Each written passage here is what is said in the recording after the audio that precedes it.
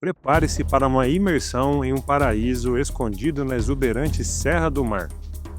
Neste vídeo, vamos desbravar um riacho intocado, um ecossistema único onde a vida marinha e a de água doce se encontram em perfeita harmonia. Minha missão? Rastrear uma joia rara, uma espécie de coridora exclusiva das drenagens costeiras do sudeste do Brasil, Scleromistax barbatus. Apesar de ser um peixe conhecido nos aquários, seus segredos em seu habitat natural permanecem um mistério para muitos. Então, bora lá! Pegue sua máscara de mergulho e me acompanhe nessa aventura. A aventura de hoje será na Serra do Mar, uma cadeia montanhosa que se estende pelos estados do Rio de Janeiro, São Paulo, Paraná, Santa Catarina e um pedacinho do Rio Grande do Sul. Os rios que descem da Serra do Mar desaguam no Oceano Atlântico, e grande parte de suas bacias está protegida por unidades de conservação, como o Parque Estadual da Serra do Mar. Se você já desceu a serra, de São Paulo rumo ao litoral, já passou por essa área e por cima de vários riachos bem preservados. Aproveitando que eu estava visitando um amigo na região, decidimos explorar a área de Bertioga e investigar um afluente do rio Itapanhaú, conhecido como Jaguareguava. Quem me acompanha hoje é o Jansen Zoanon, que já tinha feito o contato com uma empresa que aluga caiaques e canoas e já tinha avistado muitos peixes legais nesse rio.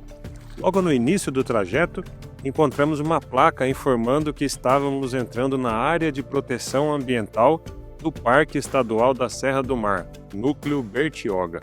A chance de poder mergulhar num ambiente preservado é emocionante, e minha cabeça já estava a mil, imaginando quais espécies de peixes iríamos encontrar. Uma característica peculiar dos rios litorâneos é que eles sofrem influência da maré. Quanto mais próximo da foz, mais represado é o rio e maior a presença de espécies de origem marinha. Como nosso objetivo era avistar Scleromistax, decidimos remar o mais longe possível rio acima à procura dos hábitats de águas correntes, onde a probabilidade de avistamento seria maior. À medida que subíamos o rio, a calha foi ficando mais estreita e as margens mais próximas, com a mata ciliar quase se tocando no dossel. O leito do rio também começou a mudar, com cada vez mais bancos de areia e cascalho, devido à correnteza ser um pouco maior. Depois de 40 minutos de remada, percorremos 2,5 km pelo Jaguareguava e chegamos em um ponto que nos pareceu promissor. Água ligeiramente corrente, com fundo de cascalho e bancos de areia, ou alguns trechos mais fundos com troncos e raízes submersas. Infelizmente, só conseguimos chegar aqui no meio da tarde e teríamos que correr contra o tempo, pois a luz natural ia cair rapidamente devido ao horário e à cobertura florestal, o que obviamente não é muito bom para fazer filmagens.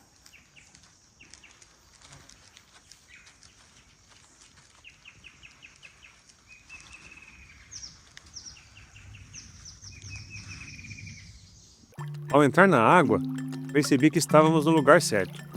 A visibilidade estava ótima e a temperatura, apesar de mais fria do que estou acostumado, estava agradável, uns 24 graus Celsius, o que pode ser considerado um dia quente para essa região, mas para mim, obrigava o uso de uma roupa de neoprene. Os feixes de luz solar entre as sombras das copas das árvores formam um cenário bonito e dão um ar de mistério em algumas cenas. A refração da luz nas ondas dá um toque adicional de beleza, e no meio disso tudo, percebo a existência de várias espécies de peixes que são quase invisíveis, de tão adaptadas que são para se confundirem com a areia. No meio de tantos peixes invisíveis, preciso decidir qual deles tentar filmar primeiro. Foi aí que avistei um cascudinho dourado, também chamado de pituva. Essa é a Lampiella gibosa. Ela foi originalmente descrita como Otocinclus, mas foi depois transferida para um gênero só dela, Lampiella. Essa espécie de cascudinho ocorre apenas nos rios da Serra do Mar. Avistei mais um exemplar um pouco menos dourado, mas a perseguição não estava dando certo. Foi quando avistei um bagrinho fininho se camuflando entre os grãos de areia. Um mandi pintado, do gênero Handioglanis.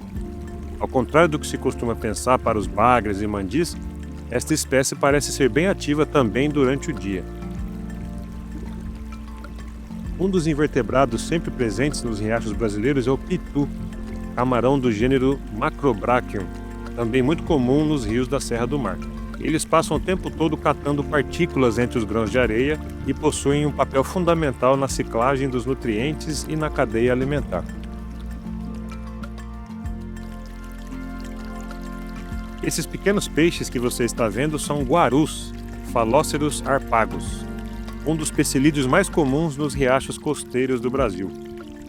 É uma espécie de gupe genuinamente brasileira, uma entre várias na realidade. No vídeo, vemos um grupo nadando sobre um fundo arenoso, um hábitat típico para essa espécie. Phalloceros harpagos prefere águas calmas ou de correnteza fraca, onde pode explorar o fundo em busca de pequenos invertebrados e matéria orgânica.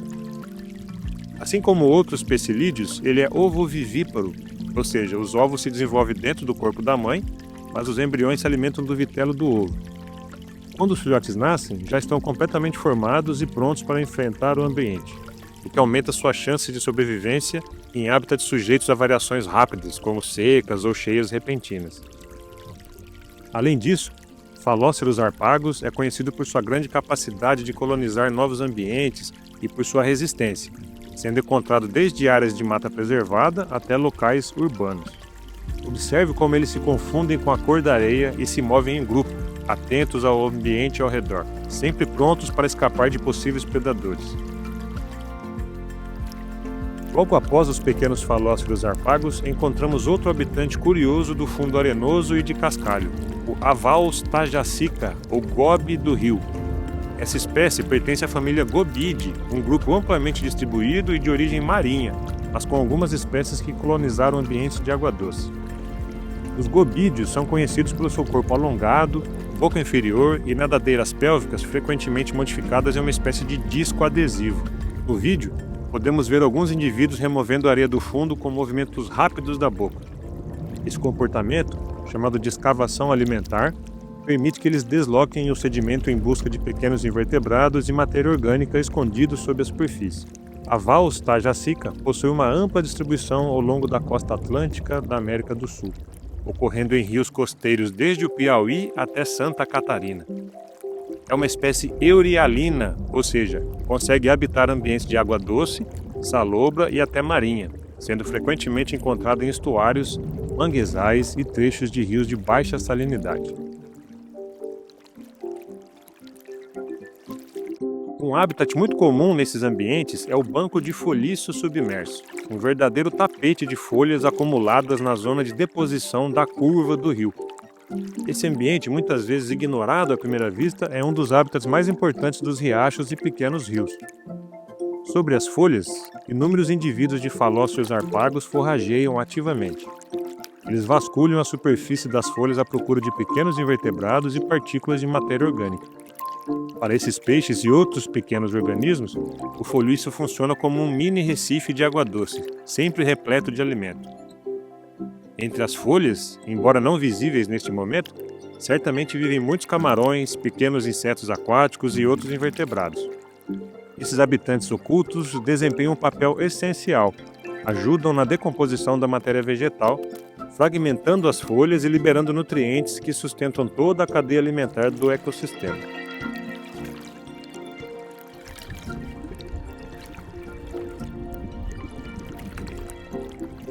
Ao se aproximar das regiões mais fundas do rio, encontramos troncos submersos de árvores caídas.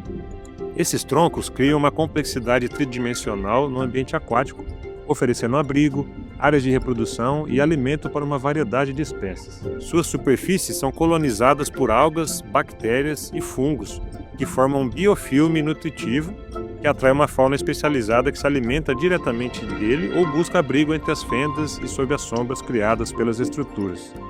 Entre os habitantes mais notáveis desses microhábitats estão os cascudinhos, Schizoleces guinteri.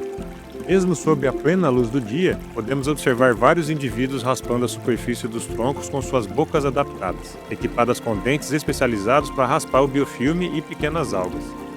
Schizoleces guinteri é uma espécie de pequeno porte que habita principalmente em riachos de fundo arenoso ou com presença de troncos e galhos submersos nas drenagens costeiras do sudeste e sul do Brasil.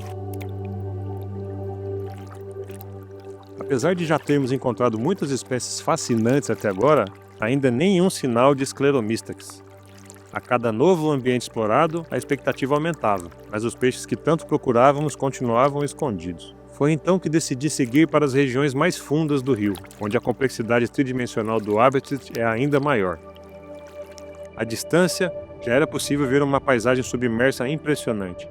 Rochas empilhadas nas encostas do barranco, dunas de areia moldadas pela correnteza e uma rede intrincada de raízes e troncos de árvores caídas. Entre essas estruturas, cardumes de peixes maiores nadavam freneticamente. A presença deles só aumentava minha curiosidade em explorar aquele cenário mais de perto. Os raios de sol atravessavam a copa das árvores e penetravam na água em ângulos dramáticos, criando feixes de luz que cortavam a penumbra e revelavam detalhes escondidos. A cena era ao mesmo tempo serena e misteriosa. Era hora de avançar e continuar a busca.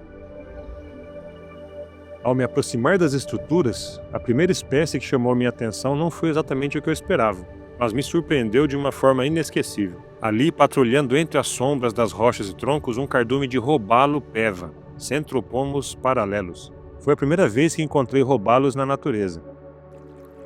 Centropomus paralelos é um predador versátil, conhecido por frequentar tanto ambientes marinhos e estuarinos, quanto as águas doces dos rios costeiros, principalmente em suas fases mais jovens. Ver um robalo em meio àquele cenário de raízes, dunas de areia e rochas só reforçava como aquela área era rica e complexa. Um encontro inesperado que já fazia a expedição valer a pena. No remanso formado entre a árvore caída e a margem do rio, a correnteza enfraquecia, criando um pequeno refúgio nas águas mais calmas. Ali, um cardume de lambaris, Deuterodon iguape, nadava de forma sincronizada entre as sombras e os feixes de luz que atravessavam a copa das árvores. Esses pequenos caracídeos são conhecidos pelo comportamento gregário, formando cardumes compactos que ajudam a reduzir o risco de predação. Deuterodon iguape é uma espécie típica de riachos e rios costeiros dessa região. Logo abaixo da galhada, encontrei um grupo de carás, Geófagos brasilienses. Vários indivíduos de diferentes tamanhos e idades formavam o que parecia ser uma pequena comunidade estabelecida ali. Tudo indicava que aquele emaranhado de galhos e raízes submersos era seu território habitual. Geófagos brasilienses é um ciclídeo conhecido não só por seu comportamento territorial e social, mas também pelo belo colorido. Os machos, especialmente durante a época reprodutiva, exibem tons vibrantes que podem incluir azul metálico, verde e manchas avermelhadas. Esses ciclídeos têm um hábito alimentar bem característicos. São papa-terra. Usam a boca para coletar pequenas porções de substrato arenoso e, com movimentos filtradores, separam partículas de matéria orgânica e pequenos invertebrados antes de expelir o restante do sedimento pela boca. Enquanto observava o grupo, notei um intruso discreto no meio do cardume, um saguiru, Siphocarex gilbert. Essa espécie de curimatídeo compartilha hábitos alimentares semelhantes aos dos carás, alimentando-se de partículas de matéria orgânica presentes no fundo do rio. Sua presença no meio dos ciclídeos mostra como diferentes espécies podem coexistir em busca de recursos semelhantes, cada uma com sua estratégia e comportamento únicos. Eu já estava dando a expedição por acabada, depois de avistar tantas espécies legais e nada da nossa coridora, quando de repente avistei uma coisinha marrom nadando entre as sombras e a luz filtrada pelos galhos. Sim, ali estava o primeiro Scleromystax barbatus. Mas ele nadou calmamente para uma área sombreada e cheia de raízes, como se estivesse me chamando para conhecer sua casa. Nadei alguns metros rio acima, seguindo o nosso anfitrião, até um barranco com muitas raízes submersas. Depois de procurar um pouco, a visão se acostumou com a baixa luminosidade e com o padrão do substrato, e finalmente começo a perceber os Scleromystax no meio das raízes, perfeitamente camuflados. Para minha alegria, não era apenas um, mas vários indivíduos. Fiquei alguns minutos acompanhando o grupo para tentar fazer um bom registro em vídeo, mas as condições de luz estavam muito difíceis devido ao avançado da hora. Tentei usar iluminação artificial, mas os peixes se assustavam facilmente com as lanternas. Consegui pelo menos usar a lanterna por alguns segundos para mostrar a vocês a beleza dessa espécie. As manchas douradas e pretas ao longo do corpo formam um padrão espetacular, muito útil para se camuflar no meio das raízes e fundo arenoso. A depender do ângulo da luz, um tom azul iridescente pode ser visto nas nadadeiras peitorais e pélvicas. Não é à toa que essa espécie seja tão apreciada por aquaristas do mundo todo. Enquanto observava com atenção, notei que os Scrodomystax barbatus mantinham uma movimentação cautelosa, vasculhando o substrato arenoso e lodoso com seus barbilhões sensoriais em busca de pequenos invertebrados e matéria orgânica. De tempos em tempos, paravam sob as raízes mais densas, onde a sombra era completa, provavelmente para evitar a exposição e se protegerem de predadores. Essa estratégia de confiança na camuflagem e na permanência em áreas complexas, como raízes e galhadas, permite que eles minimizem riscos e maximizem as oportunidades de alimentação. Eu queria ficar mais tempo ali com os Scrodomystax, mas estávamos há algumas horas dentro d'água e o corpo estava começando a tremer.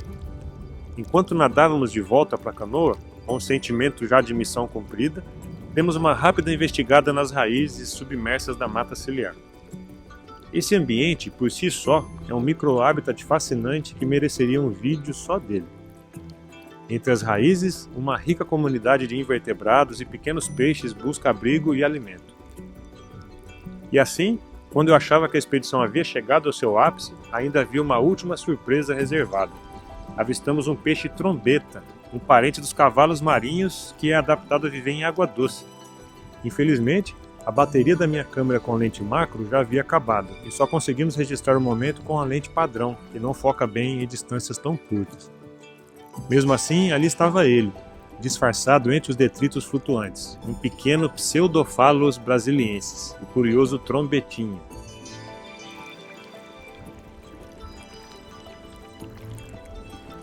Muitas outras espécies ainda aguardavam seus 5 minutos de fama, mas nosso tempo tinha se esgotado. Enquanto descíamos suavemente pelo riacho, com as raízes pendendo quase a tocar a superfície da água e a mata formando um túnel verde ao nosso redor, ficou a certeza de que cada mergulho vai muito além da busca por uma espécie. É um encontro com a complexidade e a beleza discreta dos ecossistemas aquáticos. Cada detalhe, cada peixe, cada sombra sob as raízes guarda histórias que só a natureza pode contar. E nós, com respeito e paciência, temos o privilégio de ouvir. Então é isso, pessoal. Até a próxima aventura.